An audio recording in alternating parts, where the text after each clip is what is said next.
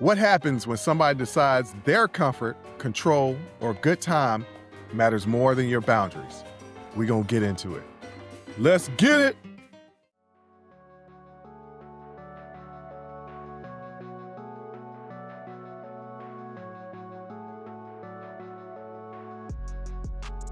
Welcome. First of all, welcome. This is Unsolicited Perspectives. I am your host, Bruce Anthony, here to lead the conversation in important events and topics that are shaping today's society. Join the conversation and follow us wherever you get your audio podcasts. Subscribe to our YouTube channel for our video podcast, YouTube exclusive content, and our YouTube membership. Rate, review, like, comment, share. Share with your friends, share with your family, hell, even share with your enemies. On today's episode, it's a Sibling Happy Hour. I'm here with my sis, Jay Aundrea. The excuses we make when somebody else's boundaries get in the way, the tragic case of Sarah Gilson, and a crazy bar story. That's what we're going to be getting into, but that's enough of the intro.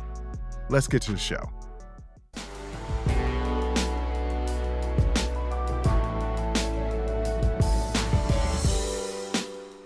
What up, sis? What up, brother?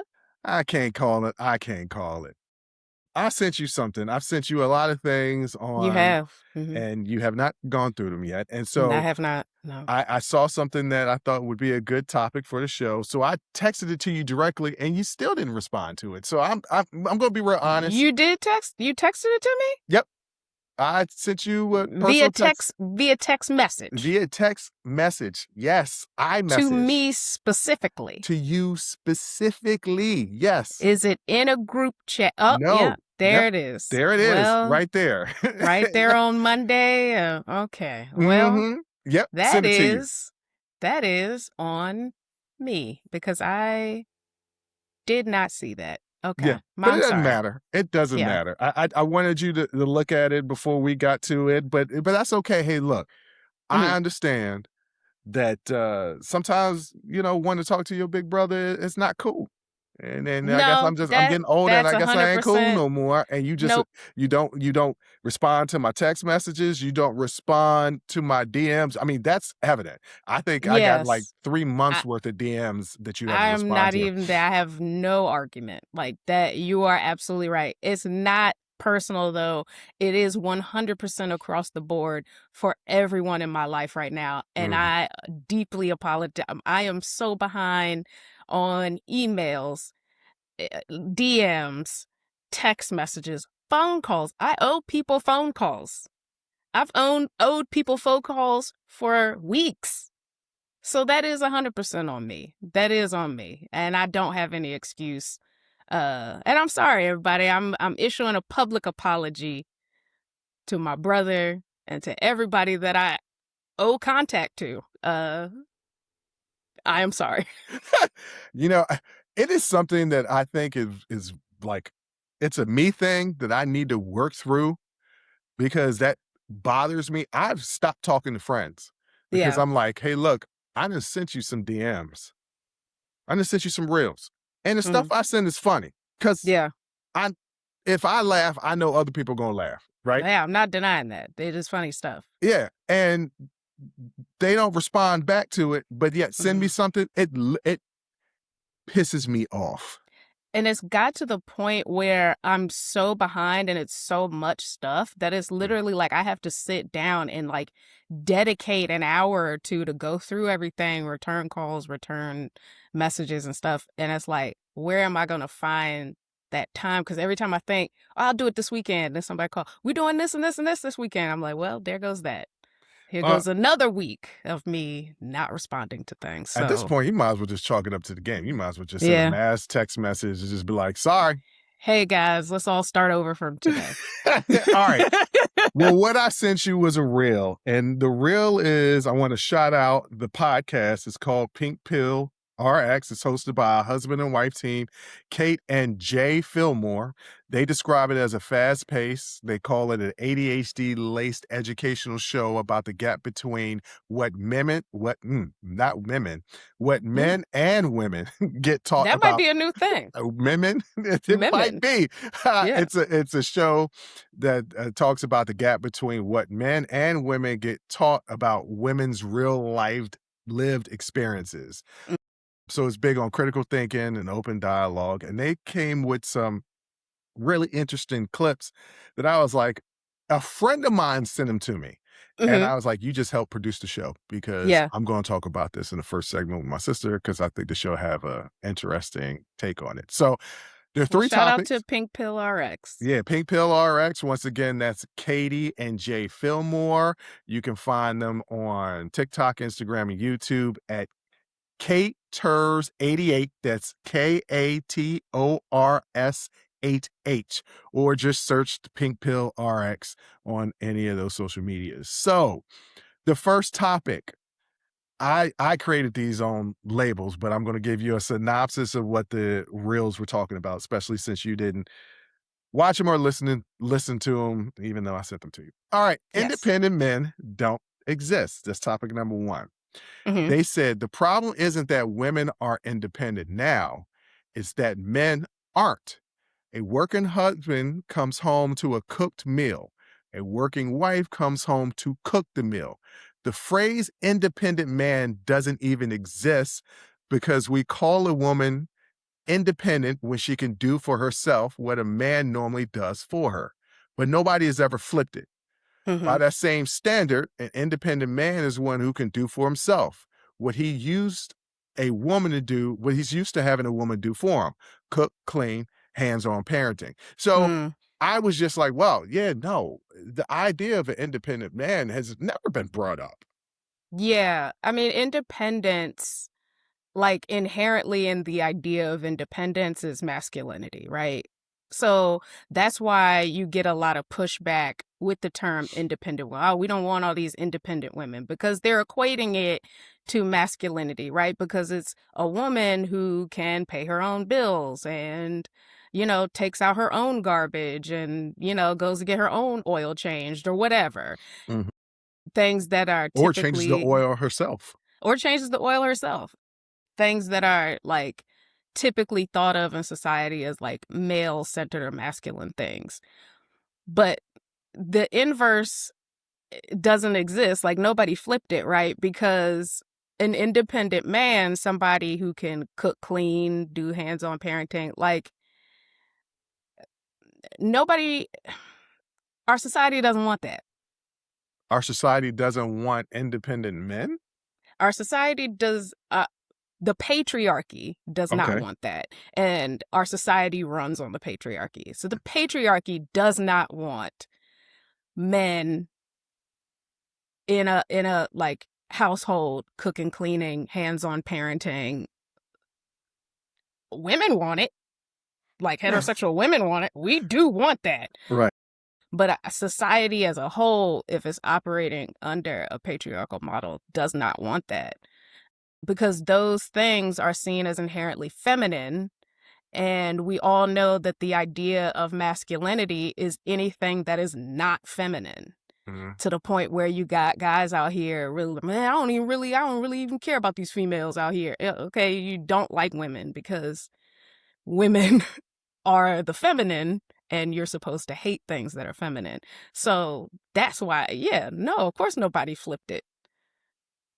To create space for men to tap into their nurturing side, nobody did that. Nobody's What doing that. That's crazy because I'm going to start referring to myself as an independent man because I have lived on my own. I got divorced, I don't know, 14 years ago, and Mhm. have lived on my own ever since. I cook and clean thoroughly.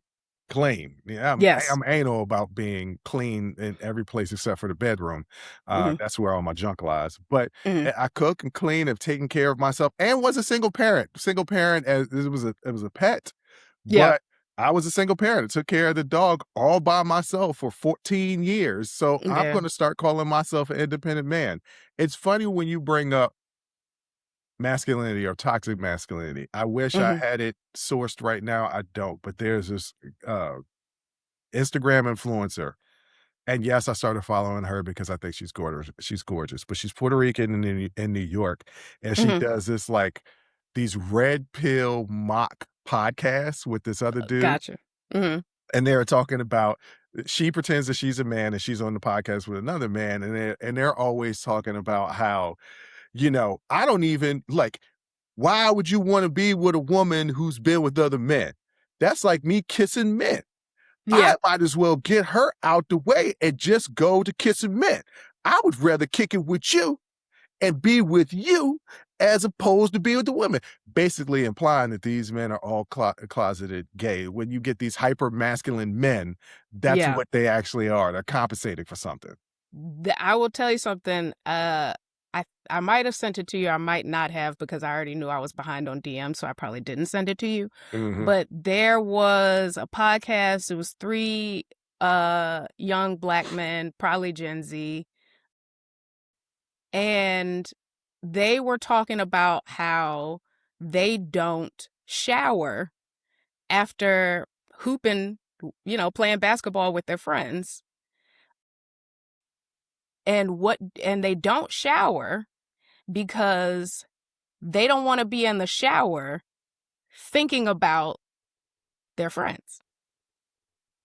So one of the men posed a question: what do you do if you about to see a shorty that night? Like, do you take a shower? And they all like unanimously were like, nah, I still can't do it. And it's just like, What sense does that? Yes. What? They're so afraid of the potential for homosexual thoughts that they will not shower if they just came back from playing basketball with the homies. Oh, brothers, might as well go ahead and lean into that.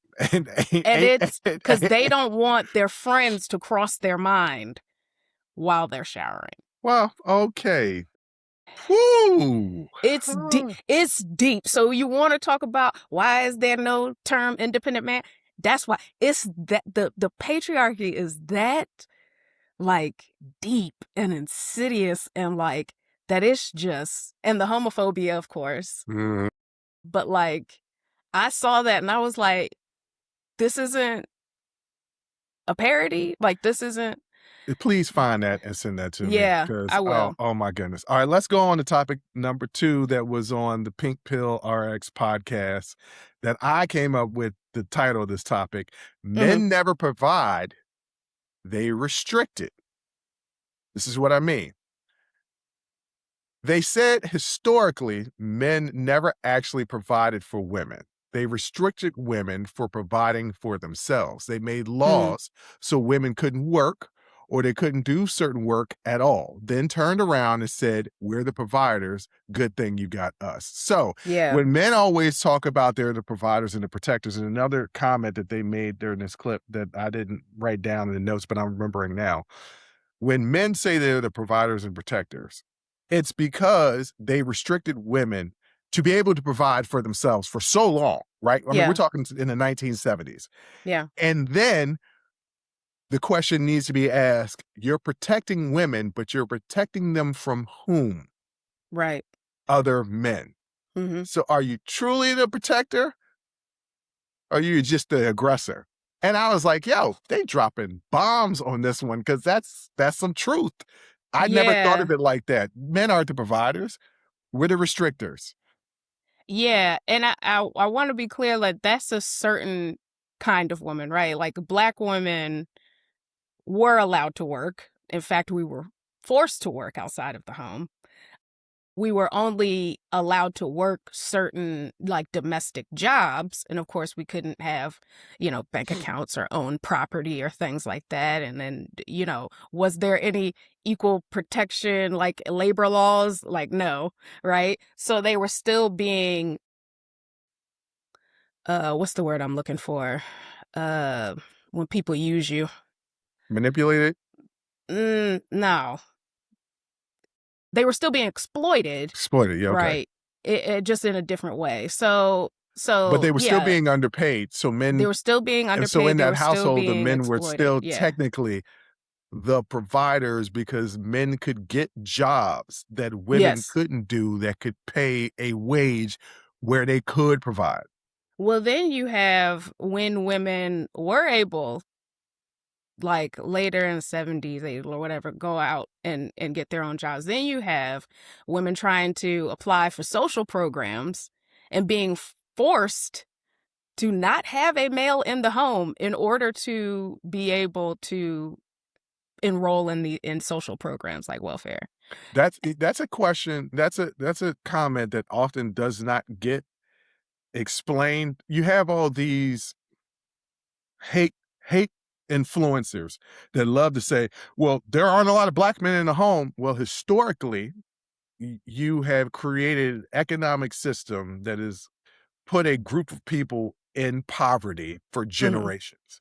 Then mhm. you say, well, we're going to give you programs, social programs to help you economically. However, if there's a man in the house, you can't get him. So the man has Right. to leave the house in order to help take care of the family. And that's a dynamic that these people who say, well, black men aren't in the home, which, by the way, statistically speaking, black men are Yes. overwhelmingly in the home. Yes. But that's something that when these people bring that up, they conveniently leave that out.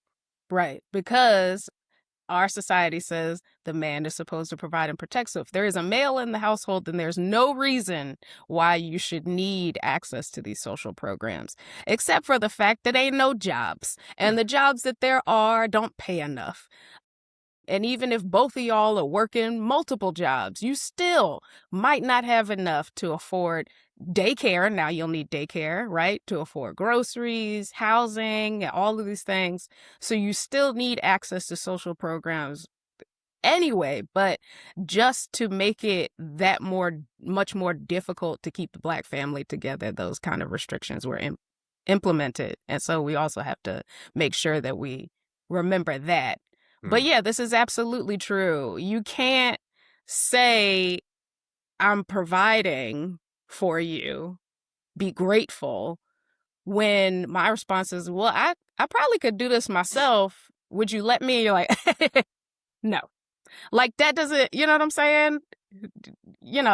So is it that you're a provider, or are you someone who just restricts access so that women are solely reliant on you? Yeah. All right, here's the last one. And this one is going to hit a little differently. So I want you guys to sit back and think about this, like truly, truly think about this. So they said on the podcast, notice how girls mature faster than boys is never used as a reason to give girls more power or authority. It Mm-hmm. only gets used to hold girls to a higher standard than boys and to justify grown men being attracted to teenage girls. Mm-hmm. If girls really mature faster, shouldn't they be the natural born leaders? Yeah, you see all these experiments, right, where they take a group of young boys and put them in a house for a week for them to run the house themselves. Mhm. And then they also do that with a group of young girls. I mean, maybe around the ages of 10 and 11. And the boys devolve into complete and utter chaos. What is that Lord of the book? Flies. Lord of the Flies. Yes. Mhm. The girls came up with a chore chart, rotated cooking, had like craft time that they just spent time together, completely organized and efficiently run. So, yes, if girls mature faster, which I don't know scientifically if that is the case, but I think it's more There's been that, more than just there's been more than a few stories that has backed up that claim that not only do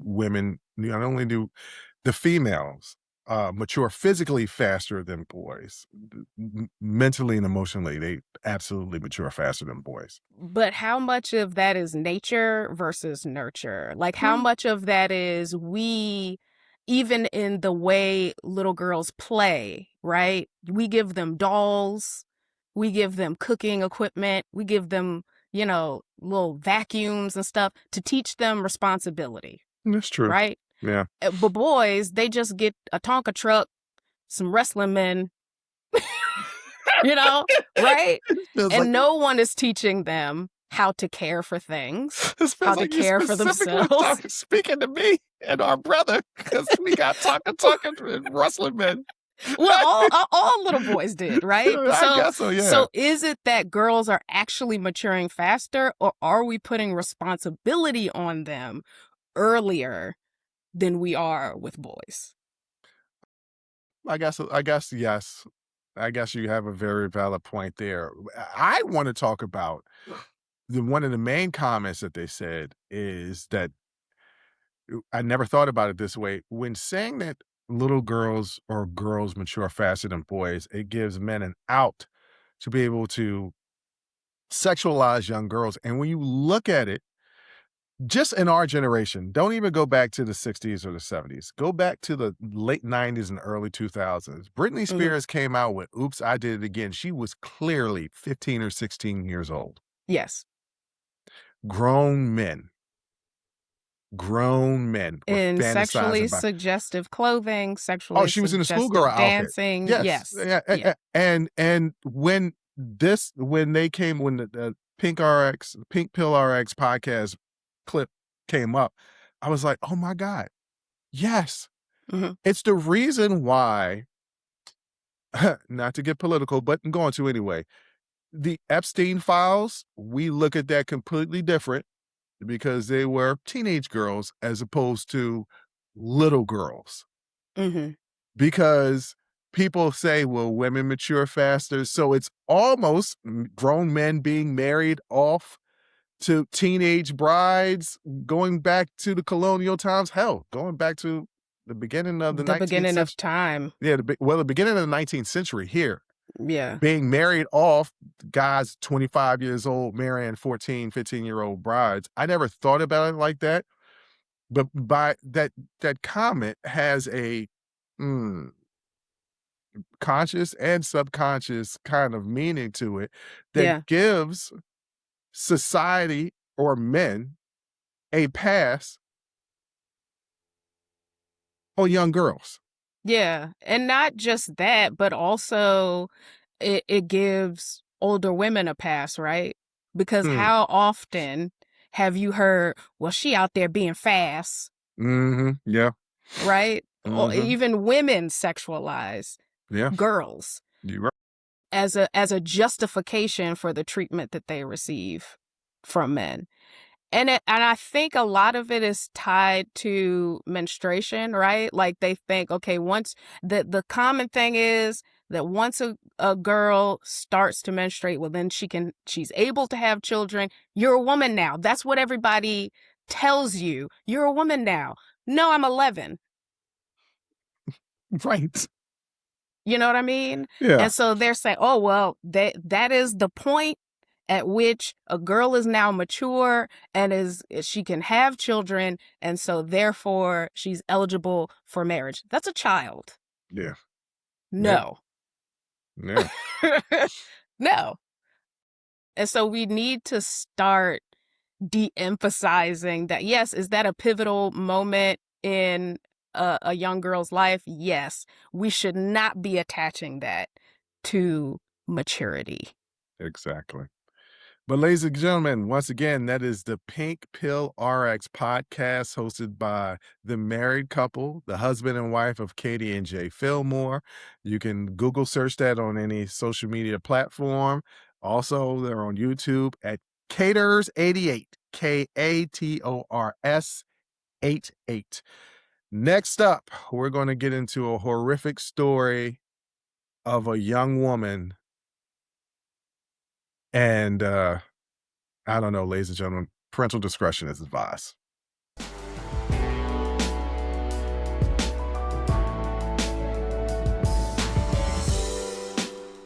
All right, Jay, like I said, the last segment, this next segment is parental discretion advised. This is a truly, truly sad story. And it just hit the news this week. And there's no real way to sugarcoat this or ease into it. But her name was Sarah Gilson. She was an Oklahoma mom. She had 2 kids, and what happens to her connects to what we just said in the last segment about independent women, toxic masculinity, and patriarchy. So Sarah Gilson was 43. She was unalived just last week, July 23rd, by her estranged husband, Jeremiah Sean Duffy, who was 48, in an apparent murder-suicide. Duffy was a youth basketball coach, and he was accused. I have to stress this throughout the entire segment, and so let me say at the top. He was accused He was accused in June of inappropriately touching a 15-year-old player, reportedly caught by another coach who stepped in. Police said the alleged conduct spanned an extended period, multiple jurisdictions, and multiple states. On June 10th, Sarah was notified, got an emergency protective order, a 100-yard stay away order, and it was later extended. On July 11th, she went public on a TikTok with that Netflix documentary trend. So this is what got her national attention, right? Mm-hmm. So she went on Instagram or TikTok, that Netflix documentary trend, sat down and basically was like, call him a pedophile. What do you do when your husband is a pedophile or something like that? Mm-hmm. And it got 15 million views. That was July 11th. On July 20, I forgot, July 23rd, Mm-hmm. her son called 911 and said his stepfather shot his mother. 2 kids were left behind. To be clear, once again, he was never charged with anything before he unalived her and himself. So this story hit me because she did everything right. Yeah. She was separating from her husband. She got a protective order. And he comes and unalives her. Yeah. And then himself. Now, everything is alleged as far as his accusation, as far as the accusations against him. However, a hit dog will holler. Right. However, when this is your response, yeah. So there's more to this story, but just those are the facts right now. I just want to get your take on things. I won't claim to know his mind or his motivations, but I think that the going public portion, and his reaction to that, unaliving her and then unaliving himself, that it had everything to do with the fact that she went public, and instead of him taking accountability, right, for what she's even saying and what he is allegedly, what he is being accused of, instead of taking that accountability, what do? You put it outward and you lash out and you make 2 children orphans. It is disgusting, but also predictable, right? Because I say this a lot, but the fear is a woman asserting her autonomy. That's the main fear.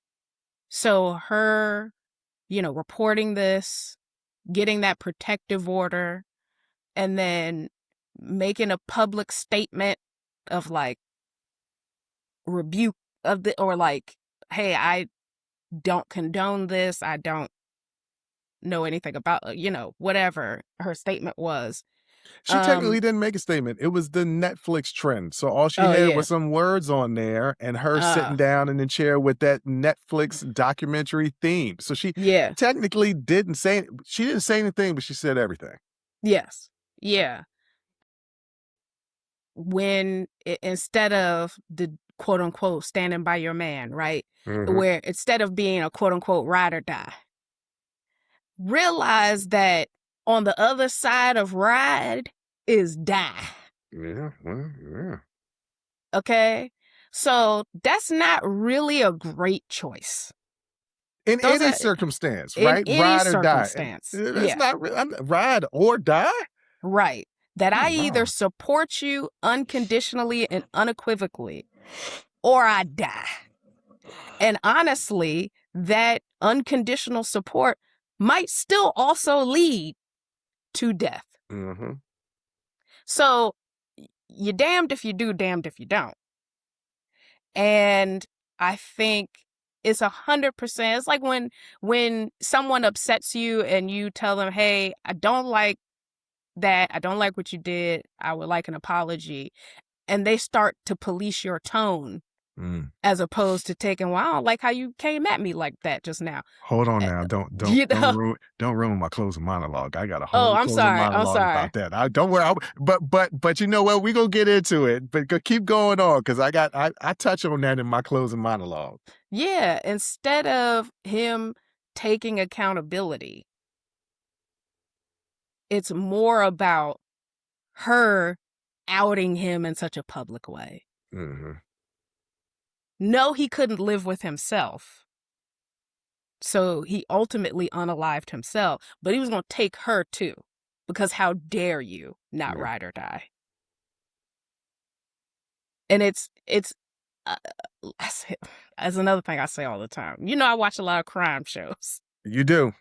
You love them. I love them documentaries. I love them like most women. And what I've noticed, by and large, 9 times out of 10, if a woman ends up in prison or unalived, it is behind a man. It is. Well, hold on. It is the same. Can't the same thing be said about men? That anytime a man ends up dead or in prison, it's over a woman? No. Oh, okay. Think about it. No. Men can end up unalived or in prison for a myriad of things. Most of the time, it might be a man and killing not a man. Be a woman, not be a woman involved. Sometimes. But take drugs. Okay. Take drugs. You get caught with drugs. That man got caught with drugs. Hold on. He going away. The woman gets caught with drugs. Hold on. But let me say, the woman gets caught with drugs. She was holding it for a man. All right. Yeah, look, I'm not okay. You're right. First off, let me just state, you are absolutely right. I'm about to bring up some outliers. Okay. that are exceptions to the rule. Okay. Marion Barry was set up. If you watch that videotape, she kept pressuring him to smoke that crack, and he just wanted to get him some. So when I say he could have said no, like no, he wanted. You can't say no. He wanted to get him some. He came to that hotel. He was roping all up on her. He wanted him some, and he's like, "I'm just gonna smoke this little bit of crack." Yeah, and you can't. I don't think that there is a world in which you say, "I'm just gonna smoke this little bit of crack." There's no world in which that's an acceptable statement. To get to what I want, I'm just gonna smoke a little bit of crack. Look, to get to where I ultimately want to go. That's not a thing. Men will do a lot to get to what they want.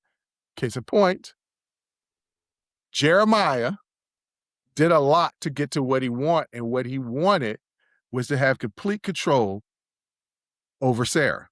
Mm-hmm. That's why he did this. Mm-hmm.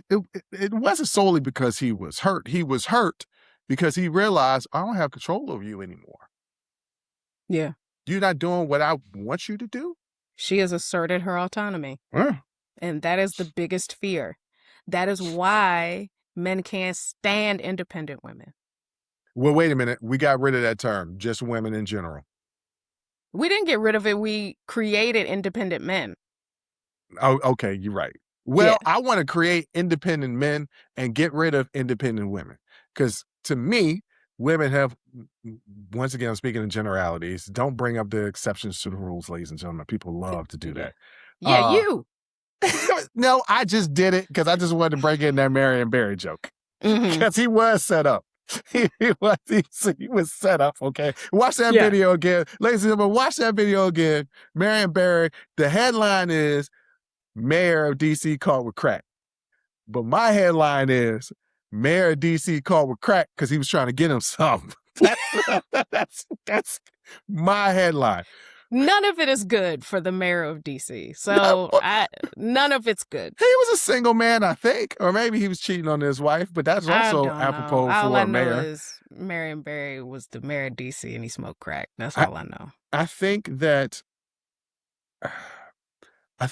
people avoid. I was talking to somebody about this earlier, and ladies and gentlemen, bear with me. I'm gathering my thoughts on how I want to explain this because I'm doing a little bit detour. I was talking to a person earlier this week, and they said to me, "Bruce, you give great relationship advice." And I was like, "Well, yeah, I'm glad I give great relationship advice to other people because I'm horrible on it myself." Mm-hmm. And I said, but that makes sense. Most people can give great advice when it doesn't revolve around them. Once your emotions are attached into something, it becomes extremely difficult to see, oh, I'm in a bad situation. Right? Doctors make the worst patients. Yes. Exactly.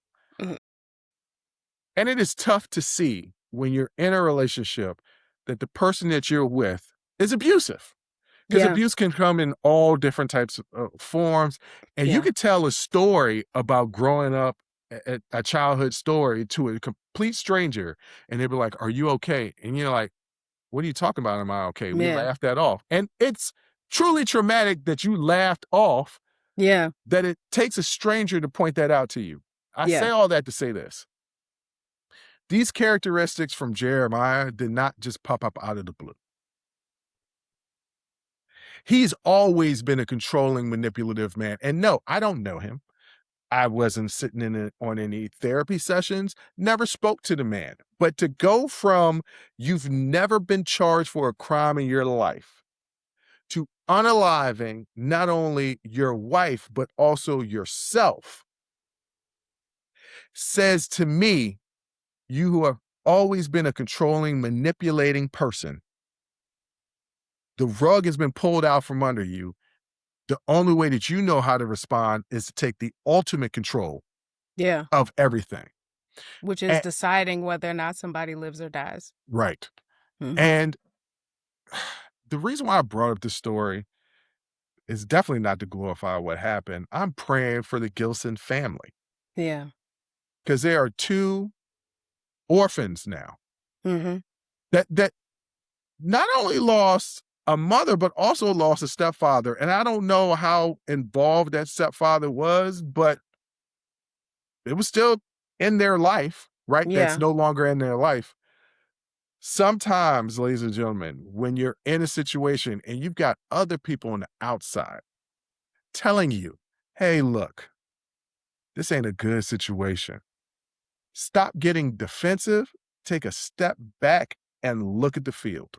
Hmm. I tell my friends, some of my female friends, they'll send me voice notes of situations that's going on Yeah. in their dating life. And I'll say, hey, I don't even need to respond. I need you to go back and listen to what you just sent me. Just go Yeah. back and listen to it. Go back Yeah. and listen to what you said your situation is right now and how Yeah. you're trying to explain it. And when they go back and listen, they're like, I'm like, yeah, that's in your own words. That's not, I Yeah. don't have to say anything. How many times have we gotten caught telling something and being like, you know what? Now that I say this out loud, Exactly. this don't make no damn sense. Or somebody repeating it back to us, like just a summary of what we just said, and you're like, well, when you put it that way, it's not good. But it's you're right. Like, and a lot of times, domestic violence or interpartner violence is it's a ramp up. Hmm. You know, it's kind of like that a frog in a pot of boiling water. If you put the frog in the water and then set it to boil, the frog won't jump out. But if you put a frog in boiling water, it's going to immediately try to jump out. Okay. It's Okay. that slow ramp up Yeah. where to the point where by the time you realize that you are in it, you in it. Yeah. And so yeah, it's a tough thing, and a lot of times, you know, there's denial involved and things like that, or you know, you try to minimize things. So even when other people are coming to you and like, hey, I don't think this is right, or are you sure you're okay? You're like, yeah, I'm cool. I'm good. I'm good. You know, don't minimize your suffering like that, especially when people start to point it out to you. That means it's very visible, Yeah. more visible than you think. So the reason why I brought this story up, because once again, like every episode, there's an overall theme, and I'll come to the conclusion and bring it all together at the end of the episode. But we have to learn from these things that we see in the news. They can't be it's in the headline, it's out the headline tomorrow, and we didn't learn anything from it. What I want people to learn from it is two things. One, women, if you see the signs, get the hell out. Two, If a woman says she's in a bad situation, shut up and listen. And try to help her out the best way we can. Don't say, oh, he's a great guy. He's here with the kids. He's a great coach. He's in the community. No. If somebody is saying he's a good man, Savannah. Yeah. Don't do him like that. Don't do him like that. Listen. That's what we need to do. You need to listen, and prayers for Sarah Gilson and her family. Yeah. And that young girl, that 15-year-old, because there's a 15-year-old that allegedly was abused. So prayers for her and her family as she battles through this as well. We need to pay attention. This happens. And it can't be on some political type tip of, look at these people. No, this by itself has no gray areas. It is horrible, abhorrent, and you must stand on business to end this and hold those people that do actions like this, hold them to task and make them accountable for their actions. Yeah, you have this note, so I want to go ahead and shout this out about the National Domestic Violence Hotline. So if you are in a situation of domestic violence, the most important thing to do is to create a plan. It's not always feasible for you to just get up and go.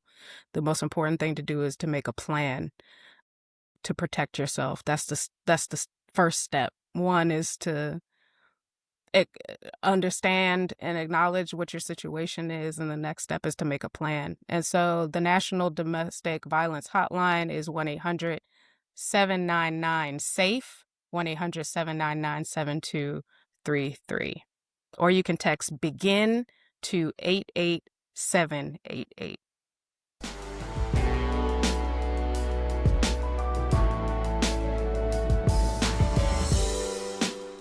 All right, Jay, this is a lighter note.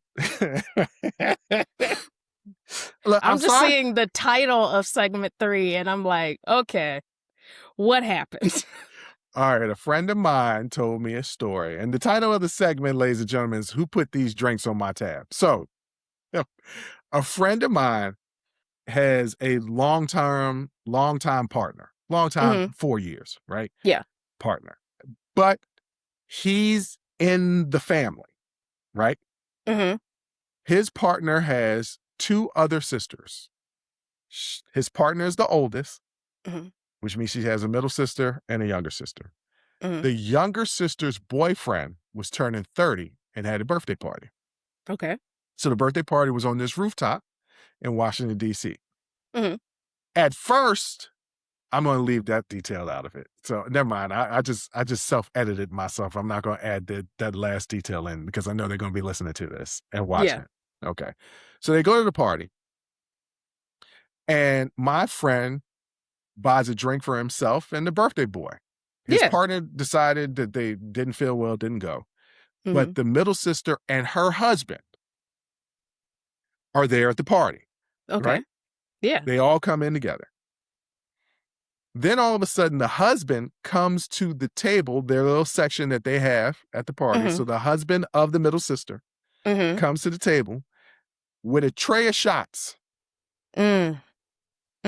So my friend says, hey, that's real nice of you to buy everybody shots. And he says, no, the shots are on Uncle Blank, because I'm not going to give you his name. The shots are on Uncle Blank. And my friend said, what do you mean the shots are on me? Oh, yeah, put them on your tab. So he put 10 shots of Don Julio DC price tequila on my friend's tab without asking him. And the only reason why he told them is because my friend said, oh, that's nice of you to buy the drinks. And then this guy said, no, I put them on your tab.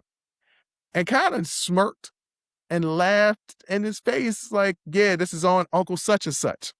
And also, it's weird that he's calling him uncle, because wouldn't they be brothers-in-law? Well, because the sister and the husband have a daughter, and so the daughter calls him Uncle such and such. Gotcha. Yeah, Uncle such and such. Yeah. Okay. So and he's really, really close with the little girl.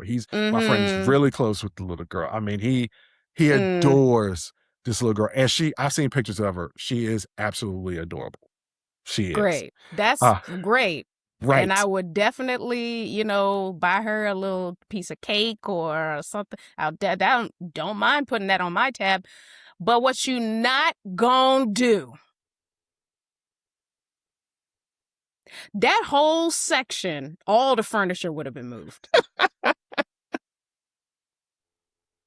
Because my first reaction would be like, are you being serious? Like, first I need to check and make sure you're not joking. And then when I confirm you're not joking, then furniture moves. Because we have a deep, comprehensive problem. Because I know you lying. That it would be, okay, I can understand for convenience sake, maybe you threw my name out there and you're going to Cash App me or Zelle me. That's also fun. That would probably be my next question. Before I get reckless, I'm going to give you every opportunity to not be a jerk right now. And if you fail this line of questioning, then the furniture is going to move because you've got to be out your mind. That is incredibly expensive. 10 Don Julio DC priced tequila shots. That's $200. You're talking about $200. I was just about to say that. You're talking about $200 for one round of shots. So my friend was like, yeah, I was expecting, maybe I spend about $100. No. It was like a $300 tab. Is there an income disparity between, is your friend, typically pays for everybody? Okay, nah, then I don't. They got their own money. They got their own house. They do well for themselves. Yeah. What was the response from your friend? Yeah, I need to please complete this story. He told me that he was fuming inside, but he just didn't want to ruin the night. Yeah. So he kept his mouth shut. Also, mind you, this ain't even my family. It's my partner's family who I came here still, even though my partner didn't come, I still came here to celebrate with good intentions. Y'all not even, oh boy. And once again, not his birthday. It's the younger sister's boyfriend's birthday. So what are you even doing? No one asked you to do this. Okay, please tell me. So he didn't want to ruin the night. He didn't want to ruin it. He didn't want to ruin it. That's fair. Would you get cussed out after? Yes. And I sincerely hope that this person cusses somebody out. They're not going to. So when they're telling me the story, I got mad. Yes. I got mad. I was like, but I'm not, as they're telling me the story, I'm not trying to have my anger bleed into them, because ultimately my anger doesn't matter in this. I just feel for you because that's some foul-ish for you to have to go through. And I was just like, all right, well, he was like, well, what would you have done? I said, quite honestly, I would have, controlling my temper in that situation. I would have pulled you aside. Something would have been, because what you're not going to do is put something on my tab without asking me and then play in my face about it. And really, honestly, wasn't going to tell me. And it wouldn't have been until I got and then also not telling me, I would have raised hell thinking that I had been charged something improperly. I would have raised hell about it. And meanwhile, you did this. No. I understand you don't want to upset anybody or ruin the party. It's real simple. Hey, let me holler at you for a little bit, and y'all step away. And you make sure that that's cleared up before we step out this establishment.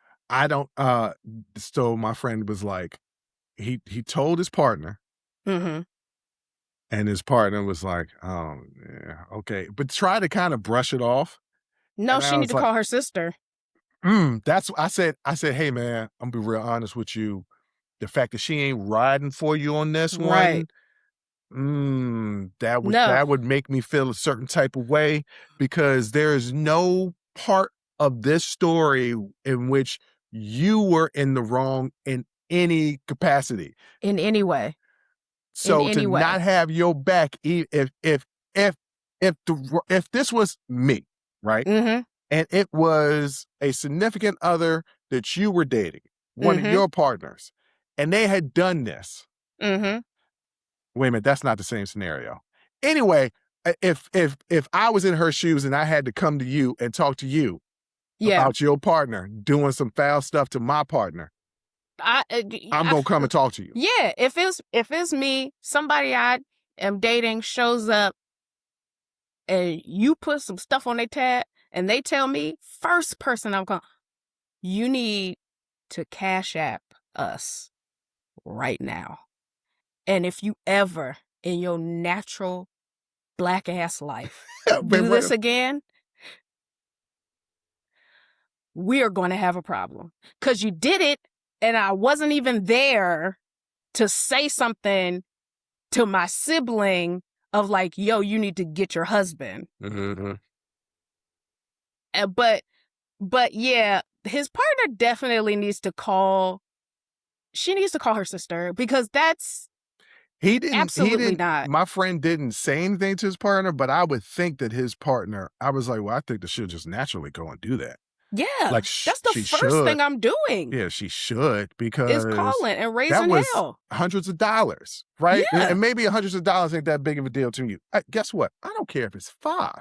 Not You if I ain't wasn't playing with my expecting money. to. Not if I Yeah. wasn't expecting to pay it. Yeah, It doesn't matter how much it is. To me, it's the principle. Yes. The principle is what makes you think that you have the ability to play in my face like that. Yes. And so he kept stressing to me. He was like, so what would you have done? And I like, man, my initial reaction would have been to grab him up and, Yeah. and like hold him over the ledge. Like, who do you think you're playing with? But that's not the right way to handle things. No, I would have definitely pulled them aside and said, I would have given them the opportunity. I would have asked several questions. Did you do it just for efficiency's sake, as opposed to like taking out your own card, setting up your own tab, blah, blah. You did it for efficiency's sake and you're going to reimburse me, or like I would give them an opportunity. And then if they fail that, then it'll be like, hey, we're going to have a conversation. Let's go have a conversation. They're going to automatically fail that. You know why? Because if that was the case, they would have said something from the jump. Right. When they brought over the tray, they would have been like, hey, I put this on your tab, but don't worry about it. We're going to split that up at the end. Yeah. Cash App you. It was just easier because I just wanted to get them to go. Yeah. Which still I still would have been like, yo, no. It don't take long for you to have your card out and open up your own damn tab. Right. It was purposeful. Yeah. So I was like, are you going to stress to get your money back or anything? He's like, just chalk it up. And I was like, all right. No, because if you do that, hopefully this person is listening. If you do that, they will do this again. To get their money back? No, if you let it go. Oh, yes. They will do it again. Yeah, oh, yeah. If you don't assert yourself now, not only with your partner, but with her family, that you are not one to play with like that. Don't play with me like that. If you don't assert yourself now, it'll just continue and it will get worse. It will escalate. I said that to him. And their solution was, well, I just won't do anything like that. And I was like, that's not how that works with family. Like, if you're going to be in this family, if you're going to be Uncle such and such to this little girl, you're just going know to that be. There are boundaries. Well, you're going to be involved. You're going to be involved with this person. So if you're going to be involved with this person, guess what? You're going to have to deal with this. Yeah. So that's what. Roni is killing me. So that's why boundaries. Are important. Right. Boundaries are important for everybody. And I know it can be awkward because it's your partner's family, right? But also people can't play in your face like that. Like it doesn't matter the situation. It could be family. It could be somebody at work. It could be a friend. It could be a neighbor. It doesn't matter. You need to make sure that people know that they can't play with you like that. Because if you don't, he'll be like, well, he didn't do anything last time. We could do it again the next party. And it'll just get what? And then where is the line? It's a slippery slope in terms of like, what will they do next? If they're comfortable without asking for permission and honestly without telling you, having you be charged hundreds of dollars for something you didn't ask for, nobody really asked for. If they're comfortable doing that, robbing you, because that's what it is, it was theft, and also it was identity theft. It was actually a crime and you need to take that seriously. If they think they can get away with that, it's going to get worse. Yeah. Say something and make sure your partner talks to her sister, because what? That's what I said. What? Yeah. Is that Don't how let you that want go. to, what do you want to tell the people before we get out of here? Is that it? Yeah, you have to establish boundaries because people, it's honestly, it's sad, but it's human nature. People will play in your face and they'll take advantage of things if they feel like they can. And that is just, honestly, it's a sad truth of the world that people will exploit situations if they have an opportunity to, and they feel like it's victimless, right? But this isn't victimless. You were robbed and your identity was stolen.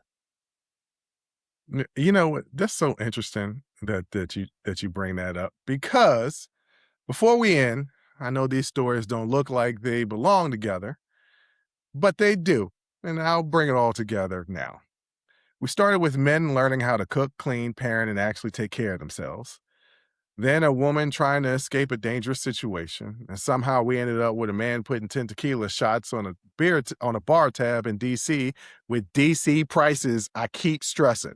Mm-hmm. They're all very different situations, but I keep landing on the same question. What do you believe you have the right to take from somebody else? Their labor, their choices, their silence, their money? Because entitlement doesn't always look dangerous. Sometimes it sounds like tradition. Sometimes it hides behind family. Sometimes it calls itself protection. And sometimes, the second somebody says no, the person crossing the line acts like they're the victim. That's why this thing about independence matters. Being independent isn't just making money and paying bills. It's being able to hear no without punishing somebody. It's taking care of yourself without making another person responsible for holding your life together. Controlling yourself without needing to control everybody around you. Sarah Gilson separated. She got a protective order. She went public. She did the things people always tell women they're supposed to do. Leave. Tell somebody. Get help. Protect yourself. And she's still gone. So I'm tired of hearing people ask why women don't leave. Sarah left. The better question is why we still can't make leaving safe. A piece of paper shouldn't be the strongest protection we offer somebody who has already told us they're afraid. Now, Jay, my sister and the co-host of this show, likes to joke on me, lovingly most of the time. She says, I'll sacrifice my peace just so I don't have to sit in discomfort. And she's not completely wrong. I get why people let things go. Nobody wants the argument. Nobody wants to ruin the mood. Sometimes you already know the other person is going to get defensive and you just don't have the energy to deal with it. But when somebody is legitimately disturbing your peace, when they cross a real boundary, you have to stand up for yourself. And when somebody tells you that you've made them uncomfortable, you should listen. Don't make it about you. Don't force them to build a court case just to prove they deserve basic consideration. The man who put those 10 shots on somebody else's tab, my friend, was counting on discomfort. He was counting on my boy not wanting to make a scene. Family politics, awkwardness. That's how people get away with things. They cross the line. then depend on the person they disrespected to keep everybody else comfortable. It runs on your silence. And no, a $200 bar tab is not comparable to domestic violence or a woman losing her life. It's not even close. I'm not saying that. But smaller moments can still show you how somebody thinks. They show you who believes your boundaries are optional, who decides your money, your labor, your peace was already theirs to take. So pay attention to who expects you to carry the cost of their comfort. And when somebody tells you that you've crossed a line, pause before you get defensive. Their boundary isn't an attack on you. Listening doesn't make you weak or guilty or even losing. Sometimes it's just the most grown thing that a person can do. But here's the uncomfortable part people don't want to talk about. A lot of us say we respect boundaries. That is, right up until respecting one means giving up something we've already decided was ours. Ladies and gentlemen, I want to thank you for listening. I want to thank you for watching. And until next time, as always, I'll holla. Woo! That was a hell of a show. Thank you for rocking with us here on Unsolicited Perspectives with Bruce Anthony. Now, before you go, don't forget to follow, subscribe, like, comment, and share our podcast wherever you're listening or watching it to it. Pass it along to your friends. If you enjoy it, that means the people that you rock will enjoy it also. So share the wealth, share the knowledge, share the noise. And for all those people that say, well, I don't have a YouTube. If you have a Gmail account, you have a YouTube, subscribe to our YouTube channel where you can actually watch our video podcast and YouTube exclusive content. But the real party is on our Patreon page, After Hours Uncensored and Talking Straight-ish. After Hours Uncensored is another show with my sister. And once again, the key word there is uncensored. Those are exclusively on our Patreon page. Jump onto our website at unsolicitedperspective.com for all things us. That's where you can get all of our audio, video, our blogs, and even buy our merch. And if you really feel generous and want to help us out, you can donate on our donations page. Donations go strictly to improving our software and hardware so we can keep giving you guys good content that you can clearly listen to and that you can clearly see. So any donation would be appreciative. Most importantly, I want to say thank you for listening and watching and supporting us. And I'll catch you next time. Audi 5000. Peace.